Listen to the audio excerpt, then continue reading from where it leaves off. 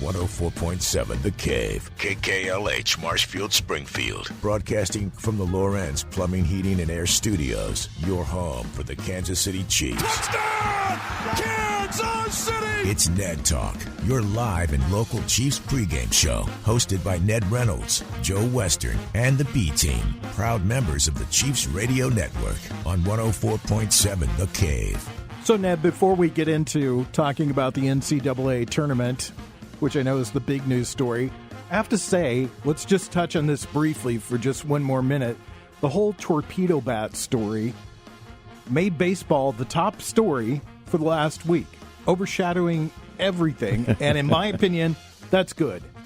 Well, it never hurts to have publicity. It doesn't matter what your situation is, good, bad. What's the old expression? Hey, we've got some damning news on you. Spell my name right. Just be sure you have it in there.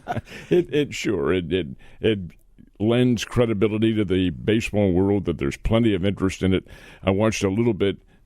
Now, get this, a little bit of the Philadelphia-Los Angeles game yesterday afternoon. This is a Saturday afternoon game. Yeah. Saturday afternoons in Major League Baseball are for the kids, kind of bring in the YMCA.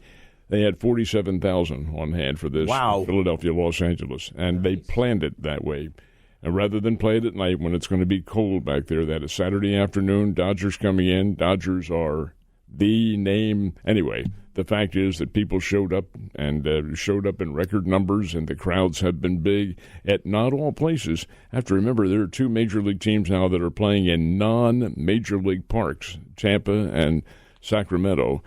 And when you have a situation like that, and then you have a team that doesn't draw like Miami, then your attendance figures are probably going to be down a little bit. But elsewhere, I think it's been pretty good. Good to hear. Good to see baseball back where at the top of the newspaper, the top of the fold, as they say in the newspaper, at least to start the season. So that's good. But let's shift gears. First of all, I'll tell everybody what we're doing here. It's Ned Talk. It's our sports program that we do every Sunday at noon. We run this before the Chiefs pregame show on Sundays or Saturdays or whatever days the Chiefs play on. But during the offseason, we meet here every Sunday, and we just have a conversation about what's going on in the world of sports, a roundtable conversation. I'm Joe Weston. You heard Ned Reynolds. Alex Scott is with us. Josh Roberts here. They're the B-Team. And we just talk about sports. Of course, the major story is the NCAA tournament. Ned, you always say there's no such thing as an upset when you get to this level, but I think the networks are probably a little upset that they were probably hoping for Duke-Auburn. Well, that's what I thought it would be, Duke and Auburn, but they can't be upsets because all four of the teams there are number one seeds. Yeah. So you can't rule it that way, but I did think, I'm a little surprised at the Florida game, Florida-Auburn, that Auburn let it get away like that. But nonetheless, Florida is a very good basketball team, well drilled by a young coach who knows what's going on.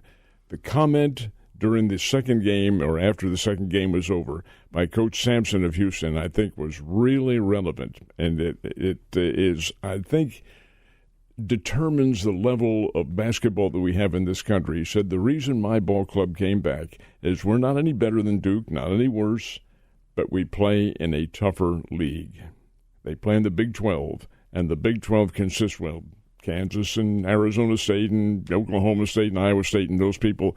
It's a more physical league, and that's exactly how Houston won the game. They outlasted Duke, got them to panic, and that's a Duke team that shouldn't panic, but they are very young. They've got young kids out there, and when that pressure press got to them and they started throwing it away, you could see the confidence level going right down to the floor.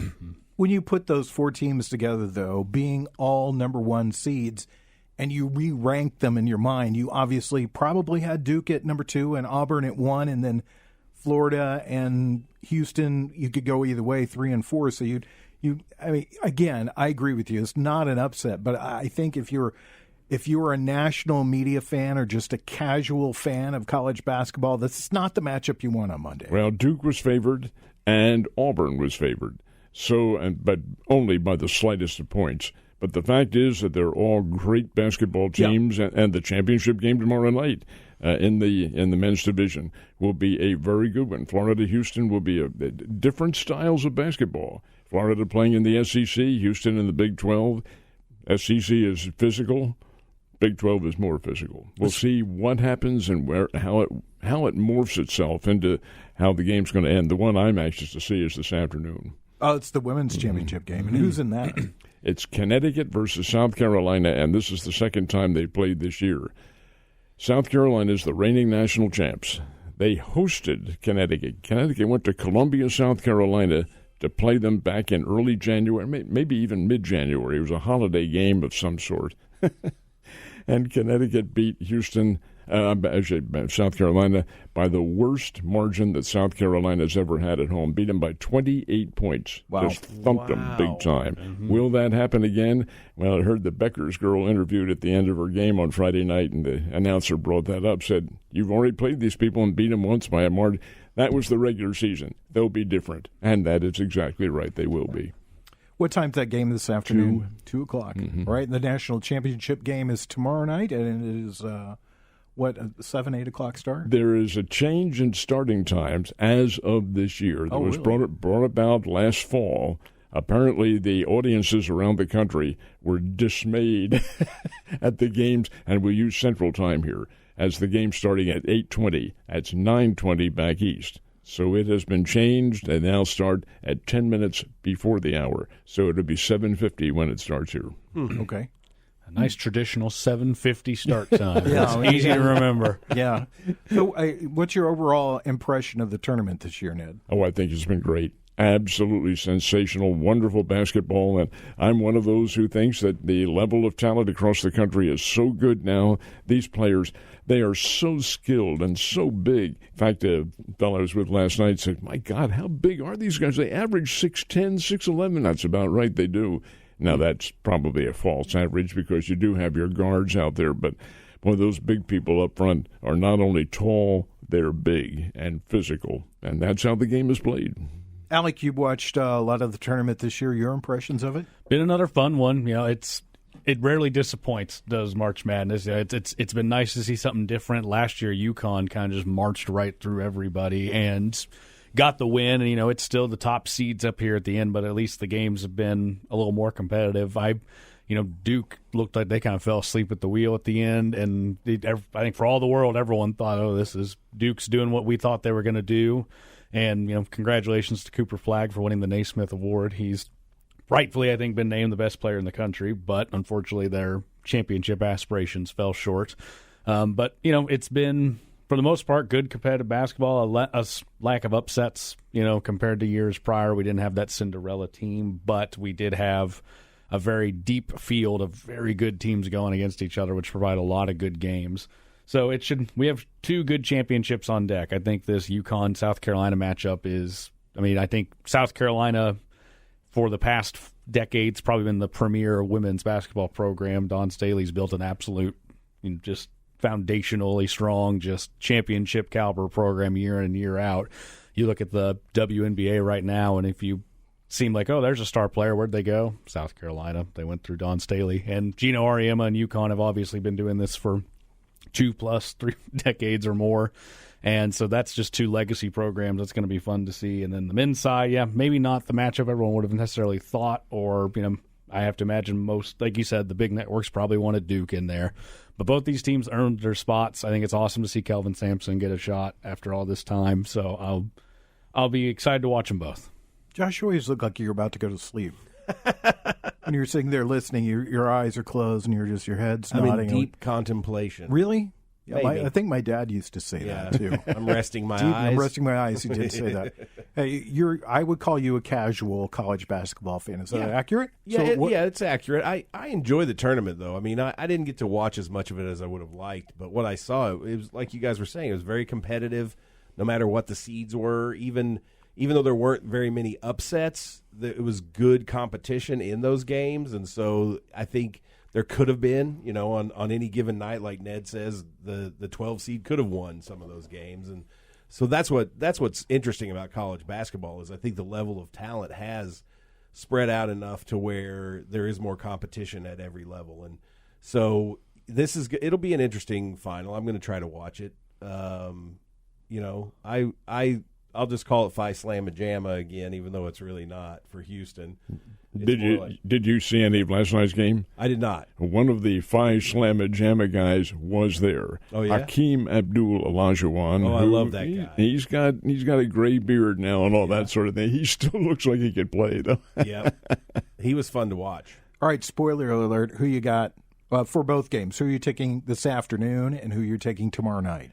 I watched the UCLA-Connecticut game, and Gino Auriemma is an absolute. Now, that's not to say they won't lose this afternoon. That could happen.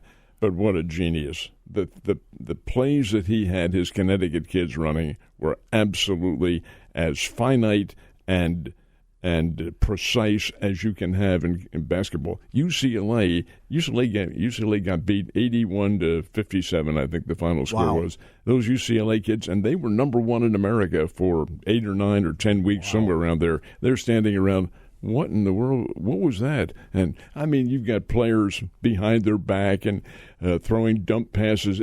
Just a beautifully coached game. Now, can South Carolina respond to that? They didn't earlier, but that was also earlier. We'll see what happens in a championship game. I do like UConn to win for Paige Beckers in her final game. What was UConn's record this year? They were, I think, 32 and maybe 3 or 4 somewhere. I'm sorry, UConn you're talking about? Yeah, UConn. UConn was, they were in the 30s. And who beat them? They lost to early in the season. They hadn't come together yet, and they lost to... They lost to Notre Dame. They lost to USC, and they lost to Tennessee, all ranked. And Juju Watkins was the difference. And then they play USC again when she's not there and butchered them. That was a shame to see. I was just saying that was a shame to see Juju Watkins go down because she's arguably the best player on the women's side and a reason USC was a 1 seed. Mm-hmm. And then for her to have that non-contact knee injury, just you hate to see it. That's just it. You want to see teams at their best at this time of year, and unfortunately USC wasn't able to be. Wasn't Notre Dame supposed to be the darling this year? They were, but they got knocked out of it. They did get knocked. Was that in Spokane? I think it was. And whenever it was relatively early in the tournament. Okay. And who do you got tomorrow night?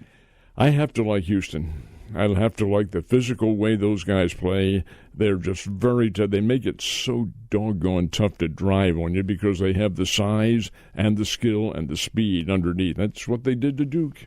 It's kind of like a heavyweight boxing match. All during the game. Here, Duke's ahead. Duke's up by 16. They're up by 6 with 30 seconds to go.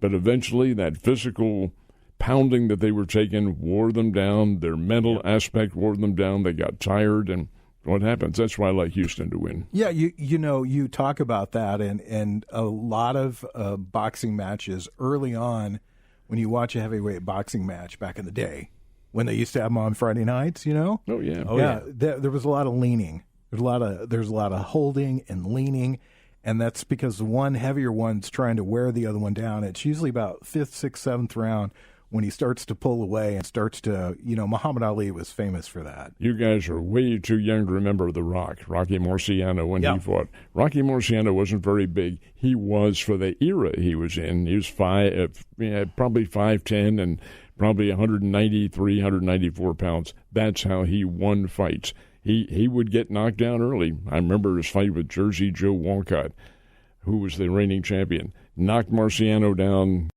and in the 13th round, Marciano hit Walcott so hard that Jersey Joe didn't come to for about 2 or 3 minutes. It was that hard. And he wore him down with body attack. Yeah. Just constant blows to the ribs and to the gut and all that. It takes away a lot of your strength. We are way off the beaten path here, but I remember they used to show this on late night TV locally around here. May have been on KY3, I don't know. But they had since Marciano and Ali were from different eras, they had a computer matchup against the two of them, and Marciano won. It went to the theaters. It was prepared for the theaters, and they had the two of them agreed under contract to get in there and go through what they would think. They boxed, but it was not swinging hard or anything like that. And neither one of them knew how the computer was going to judge it. The computer digested all the facts of what they had done in the past and their level of opponent and their styles. And Marciano won it. Yeah. He won it on points. It was not a popular decision among the audience. Yeah. Here we are talking about late night TV on Ned Talk, your local sports talk show. I'm Joe Westen, Ned Reynolds, Alex Scott, Josh Roberts. Alec, who have you got this afternoon and tomorrow night? So it's going to be an echo here, but I think I like UConn this afternoon over South Carolina. I think they've looked great throughout this tournament run. I think Paige Beckers is really motivated to go out of her because she's going to declare for the draft. She's motivated to go out on a championship note. They've gotten close in her tenure. She's had some injuries where she missed, I believe, all of last season and a lot of the year prior. So she's got some unfinished business. So I think it's UConn, but I think it's going to be a really close competitive game because South Carolina won't go down easy, defending champs. And then on the men's side, I also think I like Houston. I think they're just they got a deeper squad. I think they play that tough level of basketball. I will be interested, though, because I think Walter Clayton Jr. for Florida is playing as well as anybody in this tournament. And he put the team on his back yesterday and got them over Auburn. And if he has another performance like that, that could be hard for anybody to beat. So he had 34? 34 points. And you, Josh? Never bet against Gino Auriemma in a championship game. So UConn's going to win that one, I think. And I'll never root for Florida because I'm an Alabama fan. So Houston's going to win that one. Phi Slamma Jamma, baby. I make it unanimous. I agree with your take. Be interesting next week if we remember to talk about this. We're not going to be here next week. No show next week. Yeah, no show next week. It'll be 2 weeks before we're back in the air. But be interesting if we talk about that when it comes up. I found it interesting. I was sitting reading the story about Duke's collapse last night in the ball game against Houston, and one of the little tidbits that they threw in there about the end of the game was that Cooper Flagg was got in a golf cart and they took him back, and then a few minutes later, here he comes back with the head coach of Duke and the athletic director riding in the back. Do you think even after that loss that those individuals were starting the conversation about, are you going to return next year? Well, I'm sure that is the case. And how much nil? Because after all, money is what gets it. But this kid, Flagg, has gone on record as telling his teammates, I would really love to come back and play. I love college. And he is. He's getting a pretty good nil payment down there. Does it equate with what he'll get in the NBA? Who knows? And does he sacrifice a chance to become a great pro if he stays in college? Who knows? Joe, I don't think that's what they were discussing. I think they were saying, watch your remarks, because it didn't make a difference in the whole game, in the whole scheme of things, but he was the victim of a very bad call toward the end of the game. We don't really have much time. We're kind of up against the commercial break, so let's continue. Let's break here, come back and talk about that just a little bit, and then I want to talk about Ovechkin when we come back, okay? Sure. It's Ned Talk. I'm 104.7, The Cave.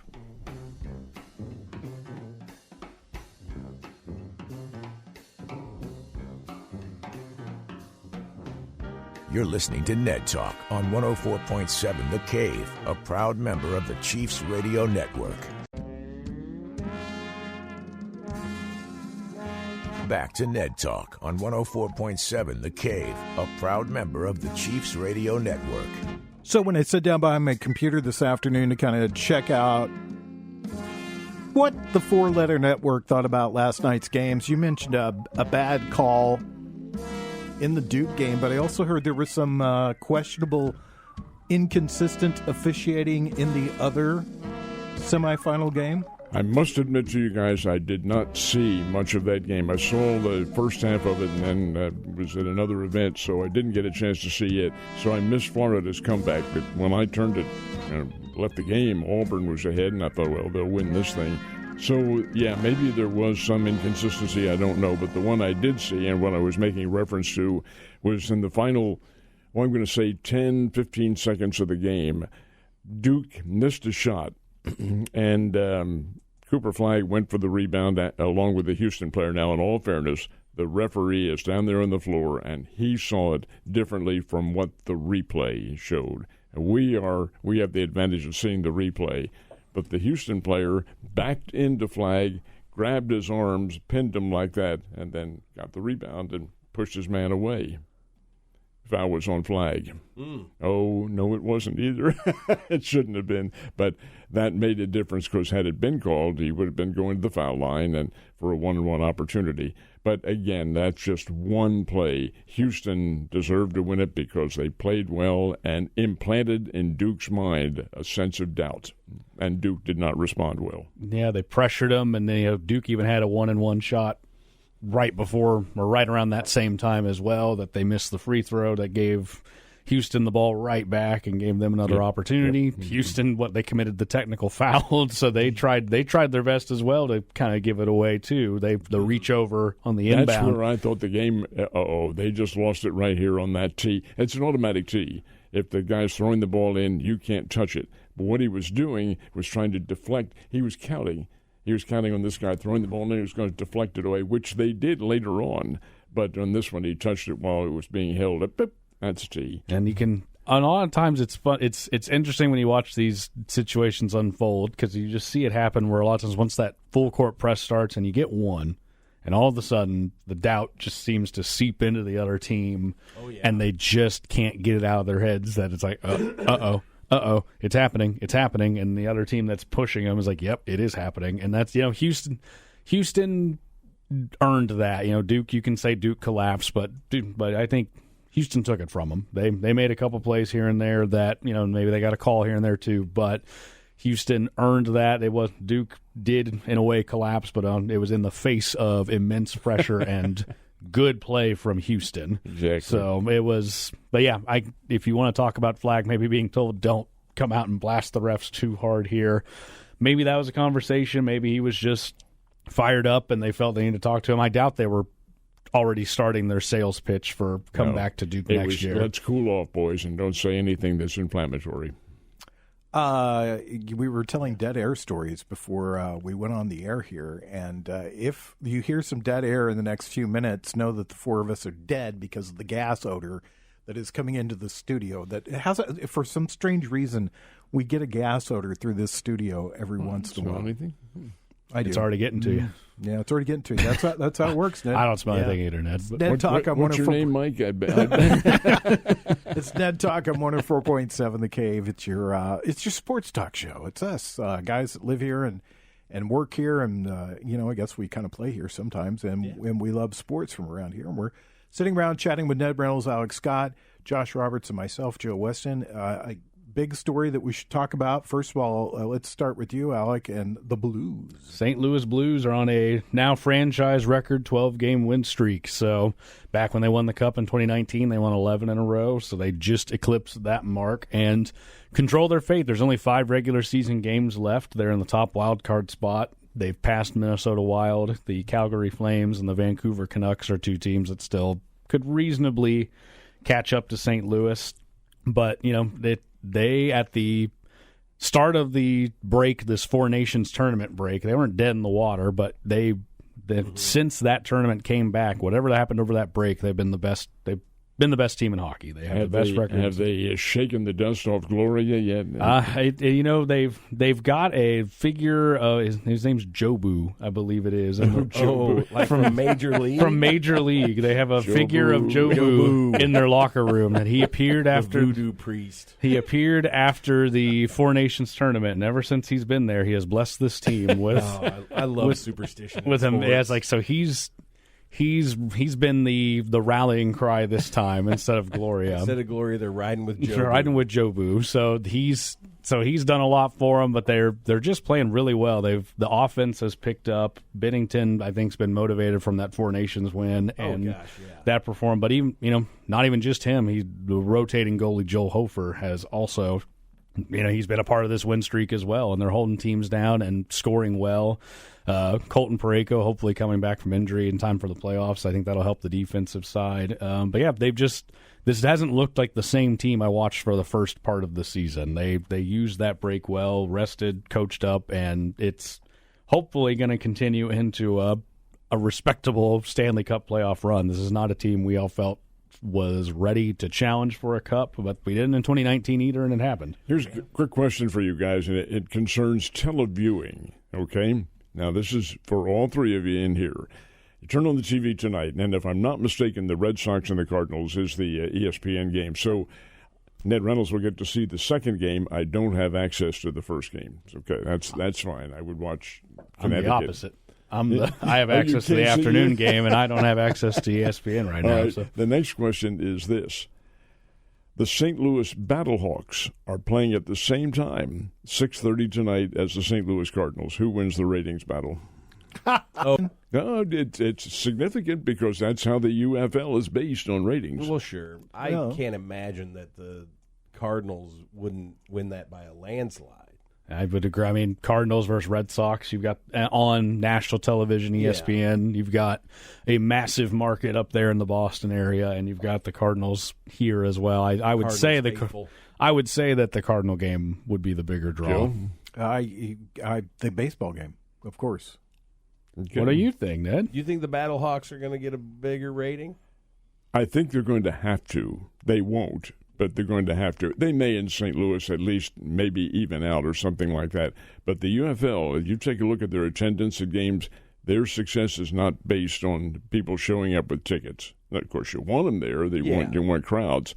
But, oh, my God, they've been miserable crowds. And the first week of TV ratings, not very good at all. I think the highest-rated game was the Battlehawks, and that was 635,000. Now, gang, that sounds like a big number. It's not. That's a terrible number in television. Yeah. You're not even close to 1 million. Come on, that's your break-even point, 2 or 3 or 4 million people. And that's 635,000, lowest-rated game. Now, that's last week. I'm not talking about this week at all. 335,000 for the lowest-rated game.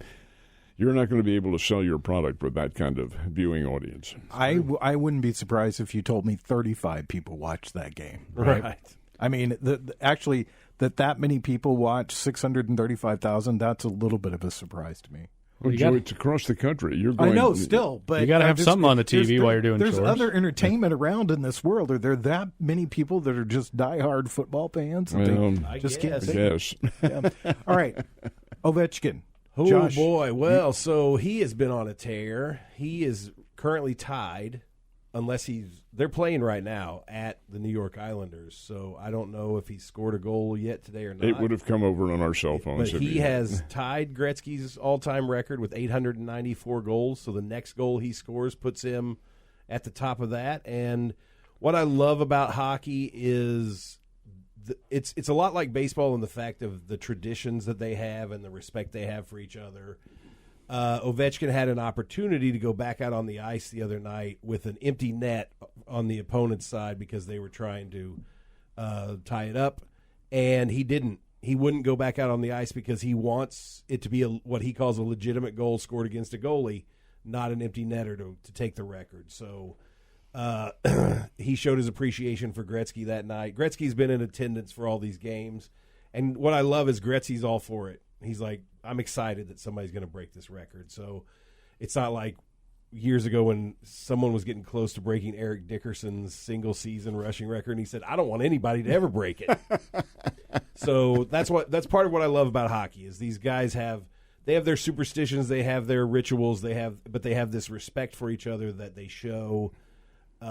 Which I really appreciate. That was this year when Saquon Barkley was champing on it. Yeah, Dickerson. No. No, he doesn't want anybody to ever break it. So, but yeah, odds are. I mean, he's got 5 games left, and he only needs 1 goal to break it. So it's going to happen. He's been on a tear. He's scored. Yeah, he scored more goals in March than any player. I mean, he set a record for the most goals scored in a month in March, so he's been on a tear. And I think they were, Washington was having a very good season. Oh, yeah. The Ovechkin record notwithstanding, that's one of the top teams in the NHL. Yeah. And I think they were playing for that positioning, and now that they've got their playoff spot locked, they've kind of you could argue maybe their priorities have shifted to a little bit like, okay, we were playing good fundamental team hockey and winning all these games. We've got our spot locked. All right, let's get this record. What if we start drawing up some more plays for Ovechkin here, and he takes a few more shots a game and all this, and now, because it was getting to the point where I was wondering if he was going to get it. Yeah, he was 8 back with like 13 games. And it's like it's like this might not happen, and all of a sudden a flurry of goals over a few days, and bam, he's tied it. And with, like you said, they're in their first intermission right now. He has not scored yet today, but if they've only got 5 games left, he's going to be averaging a higher volume of shots than any player in history until that record falls, because they want it to happen this year. They do not want to tie at the end of the season. Right. Would he come back, do you think, if he didn't break the record? I think he would. Because he's 1 million, right? That's about his age. He's about 780 at in this hockey point. terms. He's 44, I think. Yeah, he's been in the league 20. It's been 20 years. 20 years, and is he over 40? I believe so. Does he? I could be wrong. It matters little, but does he live in this country or does he live in Russia? I'm fairly certain he lives in this country. He's actually wrong. He's 39. Yeah, he's 39. Okay. He's a spring chicken. Yeah, he's still young. He can still get out. Well, you look at these pictures of him. I know. Obviously, people can't see those. He has gray hair. I'm 39 and I have gray hair. That's a good point. He looks like he's been through a presidential term based on those pre and post pictures. Look and see Joe in that biography if he does live in this country or he goes back home to Russia. He might come back anyway next season if he still feels like he can play. And the Capitals are a competing team. If he's got one Stanley Cup championship. I'll say this: if they win the Cup again this year and he breaks that record, I bet he would retire. That's a great way to go out. That's like Lanny McDonald, that was a longtime Calgary Flames star. The year that he retired, he got his 500th goal that season, and they won the Stanley Cup. And he said, "All right, I can't top this." And he was out. It's like, how do you not walk away from? All I am is the all-time goal scorer and the reigning Stanley Cup champion. It's like, is next year going to be any better? No. The only way it could be as good is with another Stanley Cup. And it's like, or I can call it here. I think every athlete wants to walk away and ride off into the sunset on a high note. Few get to do it. But he's got a team that's got a possibility. But if he breaks the record, but then they disappoint in the Stanley Cup playoff run, then he might be back. He might get to push this record out a little further. Sure. It doesn't say where he lives at. Huh. Well, they may want to keep that secret, I guess. I don't know. I gotta say that he probably lives in Russia, because it does talk about his political leanings in Russia. So is he? I think he's pro-Putin. He is. Yeah, it says that he is. So, but nothing else I could see here says anything. His daughter is a Russian actress, so I'm going to say they live in Russia. Probably, yeah. Probably. Yes. Then he does. But it's an incredible record that nobody thought was going to be broken, and here we are, 1 goal away. When we come back, we'll talk about baseball. Finally, Ned Talk 104.7 The Cave. You're listening to Ned Talk on 104.7 The Cave, a proud member of the Chiefs Radio Network.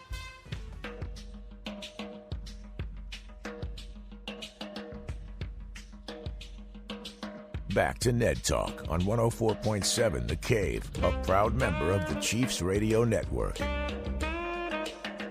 Ned Talk on 104.7 The Cave. Joe Westen, Ned Reynolds, Alex Scott, Josh Roberts, and we are talking about sports and baseball's going on.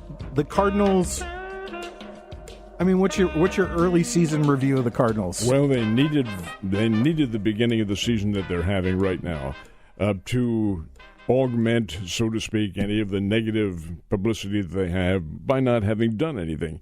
But the fact is that they came through, they won their home series, they swept the Minnesota Twins, and then lose 2 out of 3 to the Angels. But the fact is that I think they're showing about where they're going to end up. It's going to be hovering around the 500 mark. They do have some pretty good offense on their ball club. There's not a weak position there. Mason Wynn had a tough spring, but he's beginning to come around now, and they play, in my opinion, some very good defense. I think pitching, however, probably does need to be addressed. Need some starters. And of course, this is going to happen. This is part of Major League Baseball. But Fetty got lit up on Friday at Fenway Park, and I don't know who the Cardinals are starting in their doubleheader today, which should be closing in on the starting time right now for the first game, and second game is tonight. But they just need some fine tuning in that pitching, and they could be a contender in the National League. Although I'll tell you, I do like the way the Cubs are playing right now. You think that's sustainable for the Cubs? I mean, Yeah, I do, because they do. They're a good baseball team. They're well put together in terms of the level of athletes that they have. They have some big names on their team, and yeah, they're handling the San Diego Padres, who are pretty good. Beat them yesterday 7-2, I think the final score was. But the fact is, when they're home, and they are home for the they call them the Vagabond Cubs, because they've been in Japan, been in spring training, Japan, Los Angeles, and now they're finally home in the friendly confines, which happen to be icicles from them right now. But that's typical Chicago at this time of the year. Are you surprised with the Brewers' start? I mean, and they ran into a buzzsaw right away, but their run differential is -28. They're getting hammered. Their pitching staff is really getting blasted big time, and yes, that does surprise me. But then again, it's part of baseball. Things they did have a good performance from Freddie Peralta the other day, and Peralta's a solid pitcher. But over and above all, the general rotation has not been very effective. Alec, you're our resident Redbird leader, I shall say. I think that's the choice that I'll pick for you. So what's different about this team this year? I mean, you on the surface, you just say basically it's the same team without Paul Goldschmidt, and I think anybody would tell you that losing Paul Goldschmidt's not a good deal. But what's the difference in this team so far this year? It's the same guys, but they're hitting. You know, it's been a lot of potential that's been short of or not quite at or just not syncing on the same days over and over again. But for the start of the season, at least, the pitching's been about where we unfortunately expected. It's not been stellar. It was good against Minnesota. It wasn't as good against the Angels, and they got shelled against Boston. That does happen every once in a while, but you just, as long as you limit that. But it's up and down the lineup. Guys are. It's been good, consistent hitting and good at-bats. Guys taking long at-bats, getting just base hits where they need them, not swinging for the fences. Wilson Contreras and Mason Winter off to tough starts, but those are two guys mainstays that you hope will figure it out. And, everybody. But to answer that, Lars Nootbaar and Brendan Donovan are hitting sensationally. Nolan Arenado is off to a great start at the plate while playing his traditionally Gold Glove level of defense. So like Ned said, the hitting's been good. The defense is also good behind the pitchers, even if the pitchers themselves aren't doing as much. But you just hope for the future outlook that this continues. Let this lineup continue to build. And there are young pitching prospects with potential in the Cardinals organization that maybe just need a little more time. So watch the hitting develop, watch those pitchers grow, and then maybe when the time comes, if this is a team that is around or under 500 at the break, which is possible, maybe you do move Arenado to a contender. I love him. I've loved having him on this team. I don't want to see him go, but also at this point, it's, why keep the sports car parked parked outside on the street if it's not going to get used per se? And this is a team that, with or without him, I don't think is a championship contender. So maybe you start doing a little building, but it's a good showcase. But for that this year, for what the team could be in the future with this young lineup, because there's a lot of guys that are really playing good baseball right now. You're so negative. I mean, my question was going to be, Ned and you, Alec, if the Cardinals they're hovering right around above 500 and they're in the race, because I don't think anybody's going to run away with the National League Central. It doesn't have a history of that. But do you think the Cardinals look to augment themselves with a trade at that time to get maybe a starting pitcher that can come in and help them out?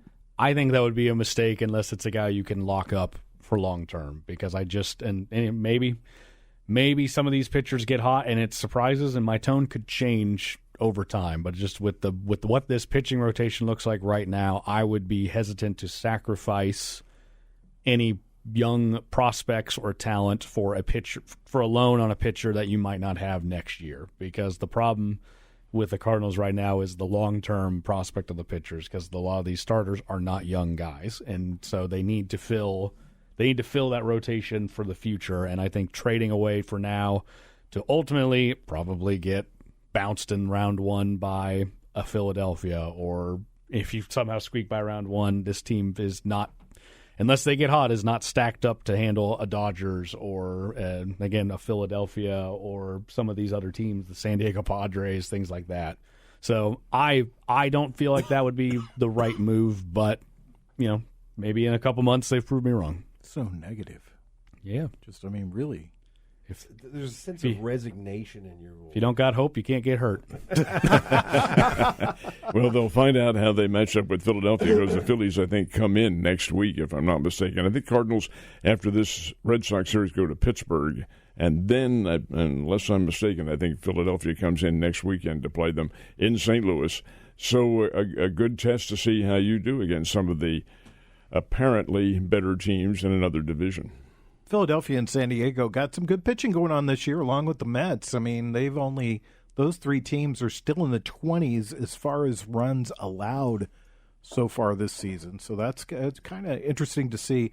You know, every year during the beginning of the season, Ned, people are always like, well, the pitching's ahead or the batting's ahead. And this year, you're seeing some well-pitched games, and then you're seeing some just monster score games. Offensive games, yeah. It's kind of – the imbalance is rather specific when you talk about that.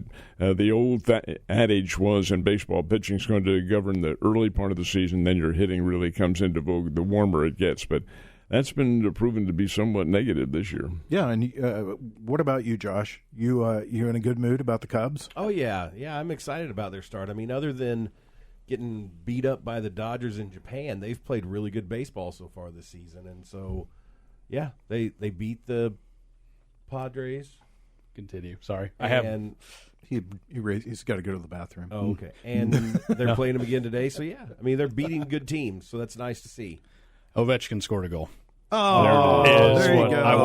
I wanted to chime in and make sure we got that in while we were on air. Breaking sports. Breaking news across the wire. everybody. Alex Ovechkin is now the number one all-time goal scorer in the NHL. Congratulations to Alex Ovechkin. On the story there, does it say anything about them stopping the game or anything like that? I've just got the blurb. I haven't done any deep reading on it, but I wanted to make sure and sorry I disrupted your flow there, Josh. I figured you'd want to know too. Well, when we come back, we'll see if we can't pass along some more information. Otherwise, we'll tell you what we're going to watch on TV this afternoon, and I'll get Ned to answer some hot take questions.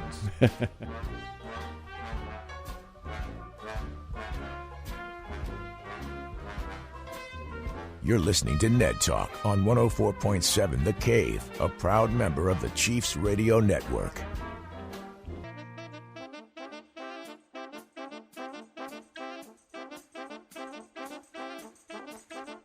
Back to Ned Talk on 104.7 The Cave, a proud member of the Chiefs Radio Network. You know, it's so nice to be on the air during these historic moments because at some point, Ned, there'll be somebody that'll look at his grandson and go, I remember listening to Ned Reynolds and Joe Westen when Alex Ovechkin broke the scoring record. Yeah, but it wasn't Ned Reynolds who said it. It was Alex Scott who said it. Well, they won't remember Alex. My first breaking news blurb. Pretty good. Yeah, there you go. Will they remember me? They just won't. Okay. You're not memorable. As a matter of fact, even you. if my device here, and I hesitate to call it a cell phone, but even if my device had been activated, I still would not have had that breaking sports. He had it. I don't know how did you get it? The app I check scores on is Yahoo's, and literally I was just pulling it up to be like, oh well, what is the Cubs record we're talking about? And then it came in. Blurb was at the top. Mine says there's a rain alert. So the truth is revealed. Josh sleeps while Alec talks, and Alec looks at his phone while Josh talks. So I am doing research. If people were, yeah, sure, whatever. Okay, and Josh is resting his eyes. I Okay. am resting my eyes. Congratulations to Alex Ovechkin. Yeah, that's pretty good. That's it's pretty awesome cool. to see. This is historic day and a record that we thought would never falls. If it's going to fall again, it'll be another probably decade or two before we're to do so. At least. Yeah. So, Ned, a couple of hot take questions about baseball that I wanted to ask before we go on to what we're going to watch on TV this afternoon. And that is, one is Atlanta Braves. They're 1-8. Are they going to be this bad all season, do you think? No. They're going to get some of their injured players back. Of course, they won't get Profar for half the season, and they got him to help their offense. But some of the other injuries, the pitching staff, and they'll gradually get back into things. They're entirely too good a team not to be. And while this is not the ideal start at all, they'll rally from it. And I guess my other one, I'm going to stay on the losing side of this, is that last year the White Sox had a historically bad season, and they're not off to a great start this year. 2-6. Will they be as bad as last year. No, they possible. can't. They won't be as bad. 121 losses. Is that what it was? Yep. Yeah. Phenomenal. That just can't happen. But no, they're better than that. They'll, if it's. I'm not trying to be funny, but if they break 100 and get to 99 or 98 losses on the year, that's successful. That's a nice comeback. The arrow trending up, yeah. Yep. And Lance Lynn retired, so the Cardinals won't be able to go back to him at any point. So, Lance Lynn era in Major League Baseball is over, everybody. So He might be a Cardinal Hall of Famer and could be down the road. It's like he had a very years, respectable career. It's one of those things where he's not making the Baseball Hall of Fame, but he had a good run. And you know why he suddenly retired now. Why? It's pretty obvious. He's a free agent. Nobody's claiming That him. phone wasn't ringing. Yeah. Well, that's a pretty low bar for a Hall of Fame. He had a respectable career. Oh, he was good. He was good, solid player. All right. I mean, he was okay. He will Yeah, not all make right. he will not make Major League Baseball Hall of Fame guaranteed. But Cardinal Hall of Fame, he had enough of a run with the team in St. Louis that they like to honor those guys. And he pitched down here. Yep. These are the Springfield Cardinals back in the early years. Yeah, he was okay. He's all right. Yeah. Yeah. I've only got 3 of his doubles. Let's put it that way. All right, Ned, I think you tipped your hand earlier in the show on what you're going to watch this afternoon. Mine will be the Women's National Championship game, which will be starting just about an hour from now. It's 2 o'clock on Central Time. They're playing down in Florida. I think it'll be a terrific game. Then tonight, I think we'll cap it off and watch, assuming that the weather conditions are all right, in Boston, second game of the Cardinals and the Boston Red Sox doubleheader. Can't see the first game. That's out. Alec, what about you? I'm opposite Ned. I can't watch the second Cardinal game, but I can watch the first one. So I'll probably have that on in combination with the championship game. That'll be my sports for the day. How is this FanDuel thing that the Cardinals are doing? How's that work? So we think it's been great. It's been better than what Bally had and what they have it linked with your Amazon account. So you pay the subscription, and we actually log into Amazon Prime to watch both the Blues and the Cardinals, and it's worked perfectly for us so far. And if I can throw in just a little plug here, it isn't all the games because some of them have been marketed out to free market over-the-air TV. I know KY3 has a deal. I can't elaborate on it because I don't know what the details, but 10 St. Louis Cardinals games and 10 Royals games are on. And you can always listen to them on our sister station. Sure can. OMG. Mm-hmm. We're the home of the Cardinals right here. Josh, what about you, sir? I'm going to try to watch some of the Women's National Championship game because I think that'll be, like Ned said, I think it'll be a great game, very well coached. And then I don't know what I'll watch tonight. Who knows? Who knows what you'll find to watch on the television? So much entertainment in this world. Yeah, I know. Well, maybe are there any you said UFL? Maybe you'll watch UFL tonight. I doubt it. What is that on? Is that on C-SPAN? Did they put that on? Is that where you can find that? No, out? I think it's Fox. I must admit to you, I don't know. I think it is on Fox. I think it's on. You know that channel that's on the local cable network where you watch the traffic lights. I think it's on after that. You can picture and picture You it with watch traffic. the what now? Yeah, they have this. They have the city feed where you can see the traffic lights in the city of Springfield. Yep. On one of the cable the networks. traffic on cam. TV? Yeah, on TV. Yeah. 24/7 Well, entertainment, you better be Ned. pretty well oiled if that's what you're For looking those at. conspiracy Well, it's like I theorists say, out there. UFL's on that a little bit later on this afternoon. You can watch that. There'll be people that'll be upset. I wanted to see what was going on at Glenstone and Battlefield, and this UFL thing's on. Oh my! I'm going to write a letter to my congressman. All right, guys. Thanks. We won't see you next week. We'll be back in 2 weeks. It's Ned Talk. Thanks to Ned, Alec, Josh, Corbin Campbell, our engineer, Mike the intern who runs things around here, Brian Tyndall who tells Mike what to do, and Nick Fury. We'll see you guys in 2 weeks. Ned Talk. I mean,